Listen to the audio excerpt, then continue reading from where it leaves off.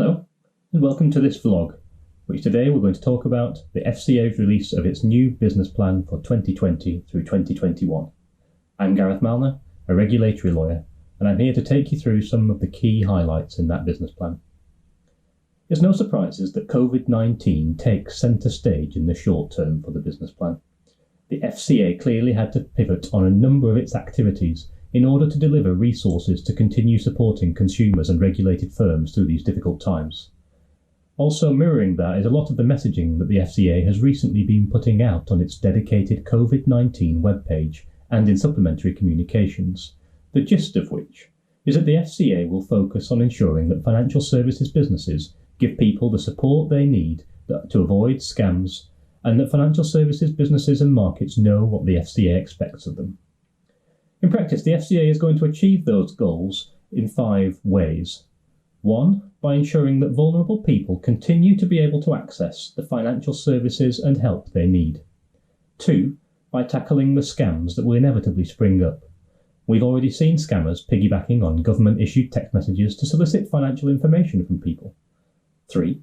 By requiring firms to give strong and clear support to consumers.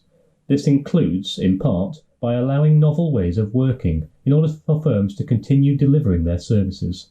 In the authorised funds context, for example, we've seen a policy announcement recently that allows, or at least hypothetically permits, EGMs to be effected virtually as long as the rights of investors aren't prejudiced.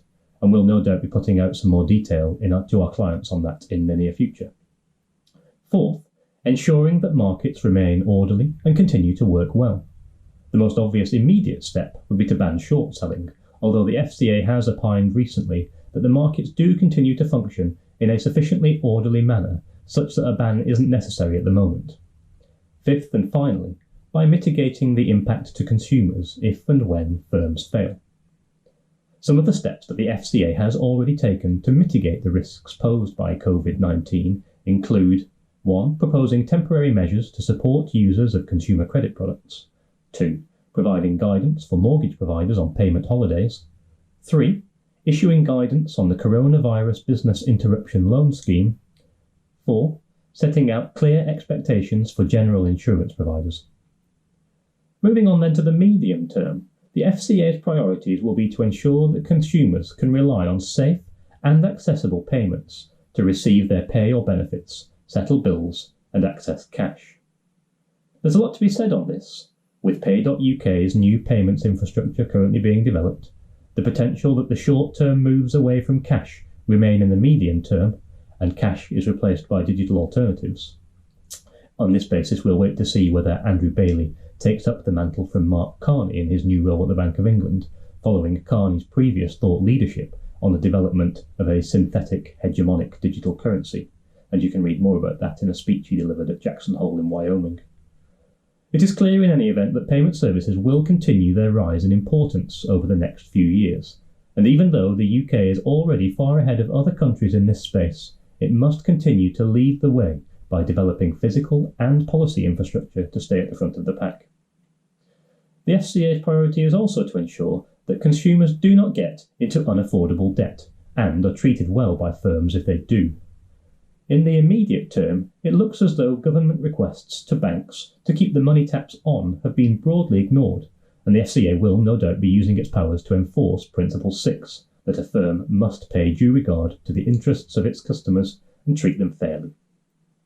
Thirdly, consumers must be protected so that they can make effective investment decisions about their savings and are not exposed to risky or poor value products.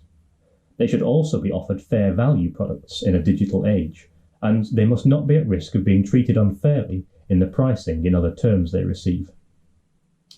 Finally, the FCA speaks in some detail in the business plan about how it will fundamentally transform its own work in order to become a more efficient and effective regulator.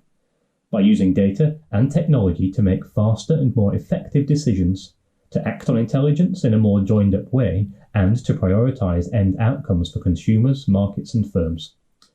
Some of this work is an extension of work already being done by the FCA, including its Digital Regulatory Reporting project, and will no doubt have dramatic changes in firms' experiences with the regulator going forward. For more information on any aspect of the regulatory rules in the current climate, or on the impact of the FCA's business plan on your business, please do get in touch.